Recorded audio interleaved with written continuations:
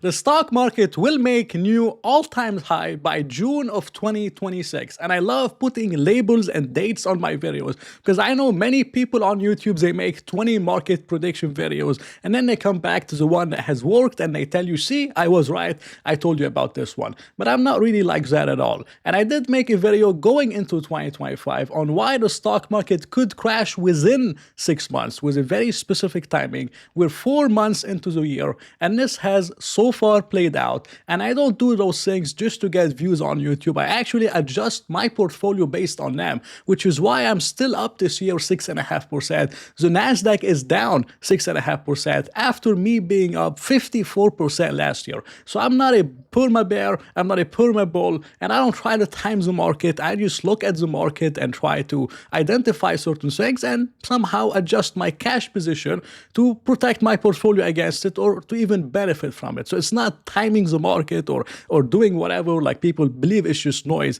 If it was noise, I wouldn't be up 6.5% this year, and I would not have been up 27% in 2022 if I just said, oh, it's all noise and just whatever, no one can time the market. You know, it's not really timing the market if you're not like 100% cash, which I will never be 100% cash. So I'm gonna share my view today on the market, and I think it's gonna be an interesting one. It's something that I haven't shared on YouTube, and I believe it's something different than what most people are expecting, but I'm going to share it here, and I'm going to back it up by a lot of interesting points. So I really hope you enjoy it as always. But before I get started, I just want to admit again that after I did this video, I was kind of a little bit wrong because I got a little bit bullish too early. I thought that the market wouldn't go down as much as it did, but it did go down lower than expected, which is why I was getting bullish at like 5,400.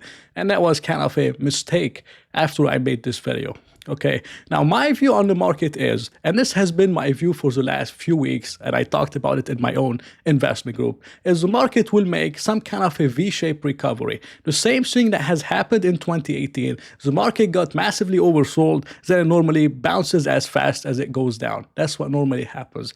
After we have the V-shaped recovery, the market is highly likely to enter another downtrend, but more of a, you could say, organized downtrend, kind of like 2022. Not a panic downtrend, a downtrend where we go down 5%, then we have a bear market rallies, then we go down 7%, some kind of a orchestrated downtrend going into November, December of 2025. After 2025, I am extremely optimistic on the market, and I think we could make a new all-time high by June of 2026. And the date June is very key, and I'm going to tell you why this date is so important at the end of the video. There's many catalysts that will happen before June, and we might even get to 7,000. So 2026 for me is going to be an amazing year. But going from now to the end of 2025, I am not too sure, and I've been personally cautiously optimistic, you could say. Now, the first question I always get is, did the stock market bottom? Do you think we bottomed? There's a very high chance that we did bottom, and one of those indicators is the VIX. The VIX, which is a volatility index, anytime it goes above 40, it normally signals some kind of a generational bottom, some kind of a bottom where we don't really get there again. We might get back there. We kind of did in 2000. We went up to 40, then we had another crash, then we went above 40 again. So it doesn't mean we can't like revisit the lows, but it's highly unlikely for us to revisit the lows, in my opinion, from the VIX alone. Now, for me personally, I would have preferred to see more capitulation, more fear from retail investor, but that didn't really happen. And I think one of the reasons why is because of YouTube. There's so much education where retail investors know the market goes down, this is my chance to buy the dip. And that's amazing. And I talked about buying the dip, and I did buy the dip myself. So I believe that's not going to play out as well as it did in previous years, but I would have preferred to see a little bit more capitulation. Now, the only problem is, and this is why I am cautiously optimistic, I'm not extremely optimistic for this year, is if you look at the forward PE ratio, we bottomed at 18 times. This is extremely high on a historical average. On a historical basis, we bottomed around 16 times, 15 and a half, sometimes at 12 or 13 times. We bottomed at 18 times forward. That's not trailing, forward earnings. That's extremely, extremely high. And now the PE is sitting at 20 times. But the problem is you don't only have an expensive market, you have is massively overstretched earnings expectations. If you look at the earnings expectations from S&P, which is Standard & Poor analyst estimates, they're expecting 292. Now the historical average is 220. Look at this deviation. This is a massive deviation from historical trend, and the estimates are massively, just extremely, extremely optimistic. And the deviation, as you could see here, it has been with it relates to the pandemic boom, to real estate credit kind of bubble, and many different things where we pretty much always get back to the historical trend. So you don't only have a high PE ratio, you have earnings themselves, the estimates, which are way above any lines of rational expectations. Now, there's a few things that's going to help earnings in the first 2 quarters, which is why I was kind of bullish going into them. And the first one is the dollar. Now, the dollar index was extremely high in December, and many companies like Uber shaved off 5% of growth in guidance just because of the currency losses. But as the dollar goes down, those companies will have currency gains. So now in the first quarter and the second quarter, they're going to adjust their outlooks for something that's better than expected because of the currency gains, which I believe will push earnings estimates even more beyond any rational expectations, which is also going to leave a lot of room for disappointment in Q3 and Q4. You have something else that could cause disappointing earnings in Q3 and Q4 is a lot of the pushed up demand that we had in Q1. Because many people expected the tariffs to come, many of them, they went and they bought their favorite foreign car, they bought their favorite Apple phone, they bought a lot of things thinking that, oh, maybe the tariffs are going to increase the prices of everything else. It went viral all over the world, the word tariff, which hasn't been talked about in years. So many people went and they bought something now, and they bought a lot of those things now, which will be good for Q1 and Q2, but not too good for Q3 and Q4.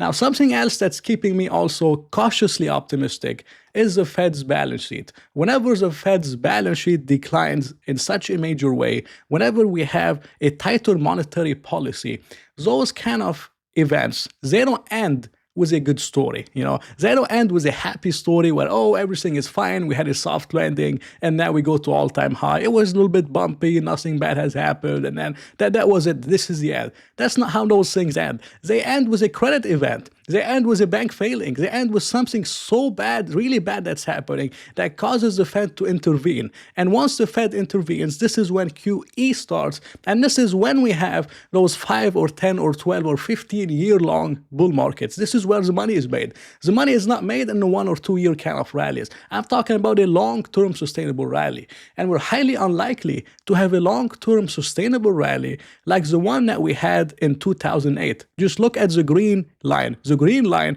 is when the Fed was doing quantitative easing. This is when the market went on the biggest bull run we've ever had in our lifetime. Then if you look at the red line, this is quantitative tightening, whenever the Fed was tightening. The S&P, as you can see here, it kind of struggles. It goes up a lot. It's very volatile. It goes down. Then QE started again in March of 2020. We had one of the best recoveries we've seen in our lifetime. And then QT started in 2022. And since then, the market has been up and down. It's been tough. It's been brutal. And it's been very challenging for many investors. So for us to have the 5 and 10 and 50-year long-term kind of stock market bull run on such expensive PE ratios, for them to be sustainable, we need quantitative easing. And for quantitative easing to come, we normally have to have something bad happen. And that thing that normally happens is really bad for the market. It's really bad for the economy. It's so bad that it causes the Fed to intervene. This is when normally the stock market bottoms. This is normally the best time to buy growth stocks. This is normally the kind of times where you could be optimistic over the next 10-year period or at least 5-year period, because the Fed is supporting the market. And I'm not really trying to get into economics, but once you have a PE ratio trading at 20 times forward PE with massively inflated earnings, this is not sustainable. And we're highly unlikely to have an expansion in multiple from here if the Fed doesn't do quantitative easing.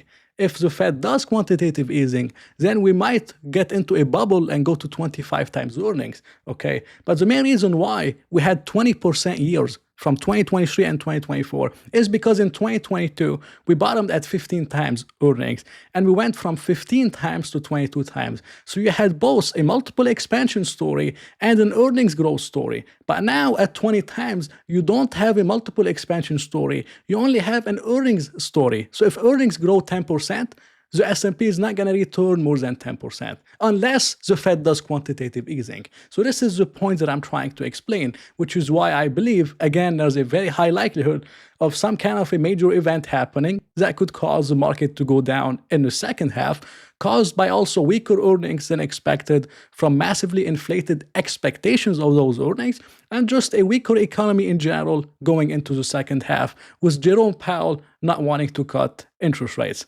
Okay, now would you say, why are you so optimistic about 2026? Why June of 2026? Well, there's two major events that's going to happen in 2026 that have been historically just extremely bullish for the market. The first one is Jerome Powell's term ending. Jerome Powell will no longer be Fed chairman after May 15th of 2026. They're going to replace him with someone else. Now, President Trump was very clear that he wants interest rates lower. He wants Powell to cut interest rates. Powell doesn't want to listen to him. Now, do you believe he's going to appoint someone that's hawkish like Powell or someone that's independent? Or do you believe he's going to appoint someone that's going to listen to him and that's going to cut interest rates? What do you think he's likely going to appoint? Who do you think will he appoint?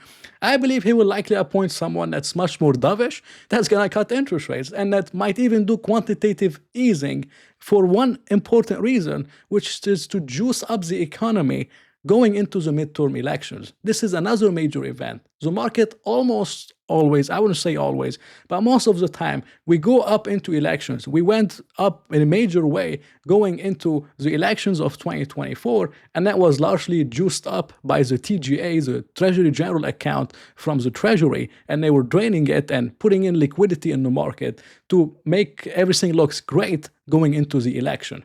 Okay, now if you look at the elections, which is the midterm, it's on November 3rd of 2026, and it's for the House and the Senate.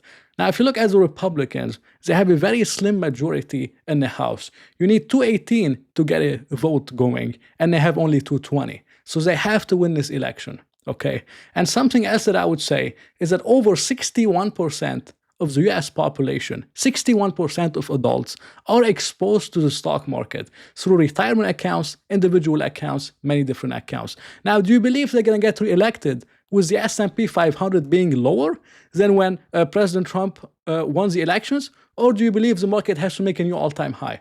I believe they have to have the market make a new all-time high for good sentiment, for the market to be much, much higher, and for them to get reelected. So now you have two major catalysts in 2026. The first one is Jerome Powell leaving, someone else that's more dovish coming along, and then you have the midterm elections, which normally they juice up the economy going into the midterm, which is why I'm extremely bullish in 2026. But from now to 2026, with Jerome Powell not wanting to cut interest rates, with a 20 forward PE ratio, with massively inflated earnings, I'm not too optimistic. I am still invested. I almost have no cash. I have certain setups I have in the market. But I'm personally not as optimistic, not as confident as I would be if we were in, let's say, September, October of 2025. Maybe we're at, 5,000. The S&P by then would be maybe on a forward PE of 16, 17s, and we have all those catalysts. Then I would be extremely optimistic. But right now, I am optimistic, but I'm cautiously optimistic for the reasons that I have highlighted above.